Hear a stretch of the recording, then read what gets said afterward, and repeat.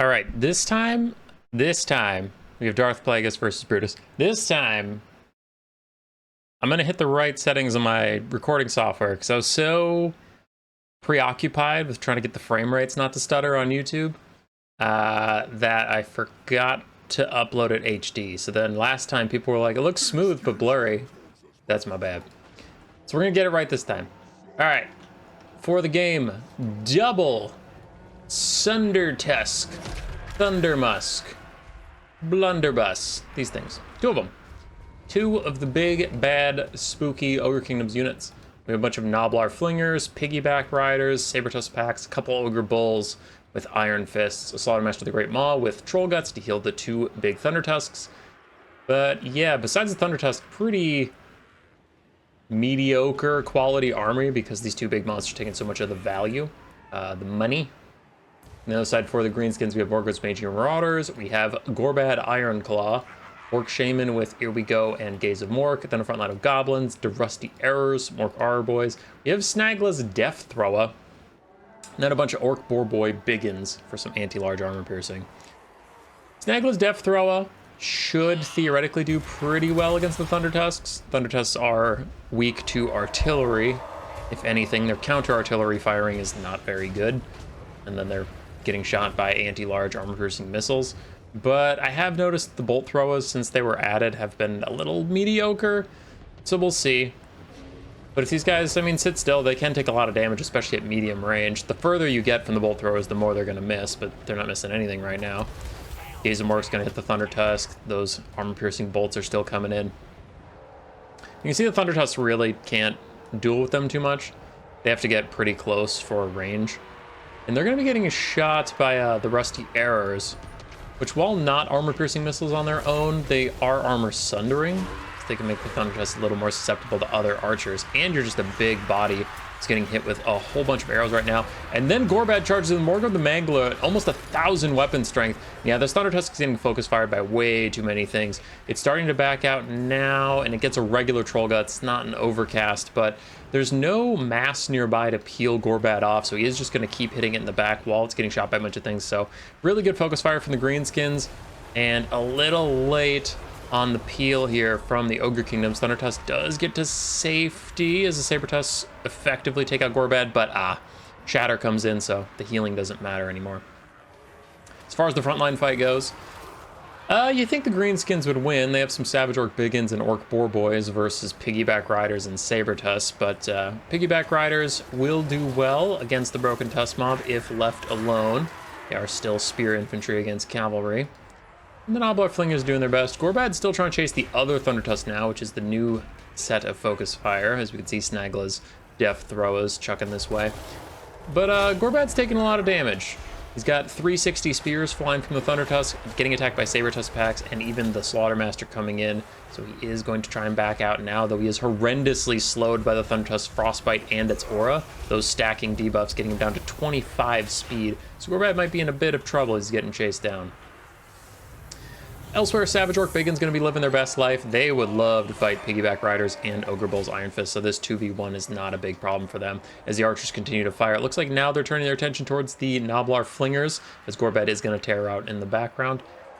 There's no big monsters for them to shoot, so they're generally fine shooting at those Flingers for now. It looks like they helped deal with the front lines. Savage Orc Biggins, like I was saying earlier, like they're very happy to fight any combinations of Ogre Kingdom's frontline units. Really don't have much of a problem with it. As we can see here, the Ogre Bulls and Piggyback Riders are going to break. Savage Orc Biggins are very good in this matchup. There's really nothing on the roster they don't want to deal with. I guess, aside from Crushers. Crushers, not a huge fan. You would think that a large unit would be bad against Savage Orc Biggins, but if you get a good charge of them, Crushers are essentially like chariots, so they can just run rampant over Savage Orc Biggins. Savage Orc Biggins and the Boar Boy Biggins gonna try and take down the Thundertusk. Here We Go popped as well. A lot of melee attack for these guys as Piggyback Riders are gonna be poking and prodding away. Thundertusk is rampaging through these guys. Rear charge in from the Sabertusk packs could lower the leadership enough that some of these Orc Boar Boy Biggins are gonna terror out away. So that could be a pretty big win for the Ogre Kingdoms, just getting their Thundertusk to safety. But you can see the Sabertusk packs are not getting away scot-free. Savage Orc Biggins buffed up by Here We Go are tearing them to pieces, so they will probably die for their efforts. Where did Gorbad end up? He's still getting chased by Sabertusk packs. That could be a dire loss for the Greenskins if they lose their Lord altogether, whether he dies or just goes off the map. Their leadership could get too low, and this Thundertusk with healing and terror could carry the game. But we got to do something about these archers, and oof, Snagless Death Thrower still firing. Yeah, that's a lot of ranged that the Thundertusk doesn't have to deal with, so it's either got to hurry up, get a nice big heal, and charge into all the archers and start disrupting them in melee, or it's got to run away and like hard kite them out. But yeah, it's just taking a bunch of damage right now. It's getting stuck in Savage Orc Biggins. It's got Sundered Armor once again, down to 53 armor, so even the Savage Orc Biggins will do a lot of damage, and it just gets pin cushioned by all those archers, so pretty tough for the Thundertusk. Did not get into the archers and disrupt them, also did not kite them out, so just kind of stayed at perfect archer range and froze to death.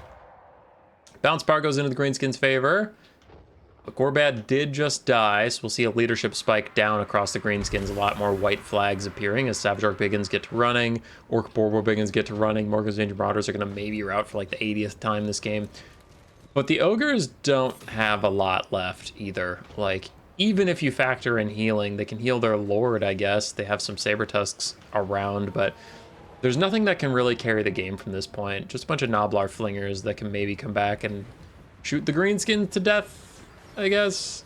These are Orc Armor Boys. I mean, even after they run out of ammo, they'll still be pretty okay melee units. Greenskins have the point. Ogres don't have a lot of ways to take it. We do have some very brave goblins chasing off the Noblar Flingers that if those Noblars just rallied, they easily beat the goblins and come back, so. Alright. Keep running. Ogre Bulls charge in. Gaze of Mork probably did more damage to the Orc Armor Boys than the Ogre Bulls, but got it what it needed to do done. Push those guys away. Noblar Flingers about to rout. We do have Sabertusks that are going to work to rally these Flingers, so I like that. I like that a lot. Pick off some isolated Greenskins, but also get your own decently high ammunition, decently fine health. I'm not going to say high health, but half HP this late into a game is pretty darn good. The Slaughtermaster is back. We also have Piggyback Riders. I do wonder... Nice Gaze of Mork there. I was going to say, I wonder what he uses his healing on. It looks like he is going to use the Troll Guts on the Slaughtermaster, but I don't think it's obvious who you should use it on. Like, the Slaughtermaster is okay, but I could also see healing your Piggyback Riders. They have a bit more HP to withstand the Greenskin Infantry. I could see healing some Noblar Flingers, maybe, but yeah, it's kind of a tricky choice, because healing your Slaughtermaster feels obvious. He's your most expensive unit left, but also he's your least valuable in fights right now. He really can't handle the Savage Orc Biggins. He really can't handle getting pincushioned by archers. Gaze of Mork is good at poking him down. So, yeah, he just doesn't have the DPS. Sabertusk packs, we're going to go for the archers, then they get rampaged. Not the player's fault for the Ogre Kingdoms, but it is one of the big downsides of having units that have rampage.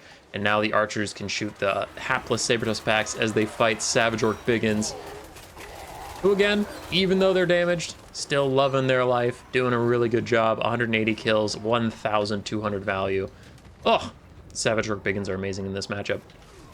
Speaking of something else that's amazing, Orc Shaman taking a very bad fight with the Slaughtermaster. Slaughtermaster has really solid stats into him, but also he's fighting in the trees, which as a piggyback boy, he does take some terrain buffs, I believe. Debuffs. You know? That's pretty rough. I mean, the Slaughtermaster does too, but it doesn't help you if you're trying to get some quick burst damage and then run away if you lose some melee attack due to being in the forest. Noblar Flinger's trying to get in an archer fight, but flanking goblins will shatter their poor little Noblar leadership, so they won't be able to fight for much longer. Another Troll Guts on the Slaughtermaster, but again, he just isn't going to be able to do much. Like, even if eventually these Orc Armor Boys run out of ammo and he just charges into them, they're still going to actually get a good amount of DPS down on the Slaughtermaster. Snagless Death Thrower is out of ammo. And the Greenskins still control the point. So we have a Sabertusk pack. Wonder what they're going to prioritize doing. Flanking the archers might be a little bit rough. They're too low on HP. Like, these Orc Armor Boys will just beat them up. Maybe the one that still has ammo, though. They might be low enough that a good charge from your Sabertusk packs you could win it. I was curious if they were going to go for the full health Snagless Death Throw crew just to get some bounce of power back, but Looks like they are going for the Orc Aura Boys. Another Gaze of Mork slams into the Slaughtermaster, knocking him over, doing good damage. Rear charge in from the Sabertusk with the frontal charge from the Slaughtermaster is enough to get the last Orc Aura Boy that has ammunition to rout, as the Rusty Arrows. Also pretty low on HP for Night Goblin Archers. And the Ogres are heavily relying on this Sabertusk pack and Slaughtermaster to win the game for them. But a big charge in from Orc Boar Boy Biggins. Dismember popped on them for the damage rather than the slow, but it's too late to save the Sabertusk packs who are already routing for the second time. We'll see if they even come back. Another Gaze of Mork poking down the Slaughtermaster, who is now just stuck fighting Orc Aura Boys, and he does not have any of the in melee buffs, like the extra ingredients or whatever, where you can get more Winds of Magic for just fighting things. He also doesn't have the heal that the Tyrant has, the extra snacks or whatever. More Orc Boar Boy Biggins. Why would I say Boar Boy? That's stupid. Those are not Boar Boys. Savage Orc Biggins coming in. Big surround on the Slaughtermaster. There's no AoE spell for him to pop or anything to get rid of all these guys. His Noblar Flingers are going to get taken out too. Greenskin leadership is starting to falter, but not nearly fast enough to save the Slaughtermaster, who is down to single-digit leadership, down to 3, still taking damage. And he has no support coming. He routs. GG's. So Snagla's Death Thrower got 1,800 value from being able to fire all game, 1,100 on the Rusty Errors, 900 and 700 on the other archers. So the archers being able to fire all game uncontested was very good for them. Savage Orc Biggins also did a fantastic job. And Gorbad, not great value, but he did take out an entire Thundertusk, stopping it from being able to run away and get some healing and whatever. He just chased it down and beat it to death. So that is important. I do think going for the second Thundertusk with him was a little greedy, and that cost him, but that's not like the Gorbad pick's fault. It's not like Gorbad was a bad pick here because a mistake happened, right? So I think Gorbad was fine. I did like his ability to keep the enemy honest as a quick little duelist. Piggyback Riders on the other side did fine. Ogre Bulls struggled a little bit more to get value. Noblar Flingers, I mean, they're crazy cheap, so I guess they did pretty well. Healing Lord did fine. Sabertusk packs did fine. But really, the big losers of the matchup were the Thundertusks that just got into range of all the ranged damage and then died. Pretty big value loss there, and the other one did better than its cousin, but not enough to justify its cost point. But again, just had issues with really using what makes Thundertusks so strong. It's their ability to abuse long range and melee, and they just kind of ended up in a bunch of medium range engagements, and then it's like, oh, well, if you do that, it's not going to be that powerful of a unit. So GG's lads, thought I'd throw this one up there. It did not come down to a single entity slap fight at the end, but I thought 2 Thundertusks losing was enough to post on the Yub Tubs. Goodbye.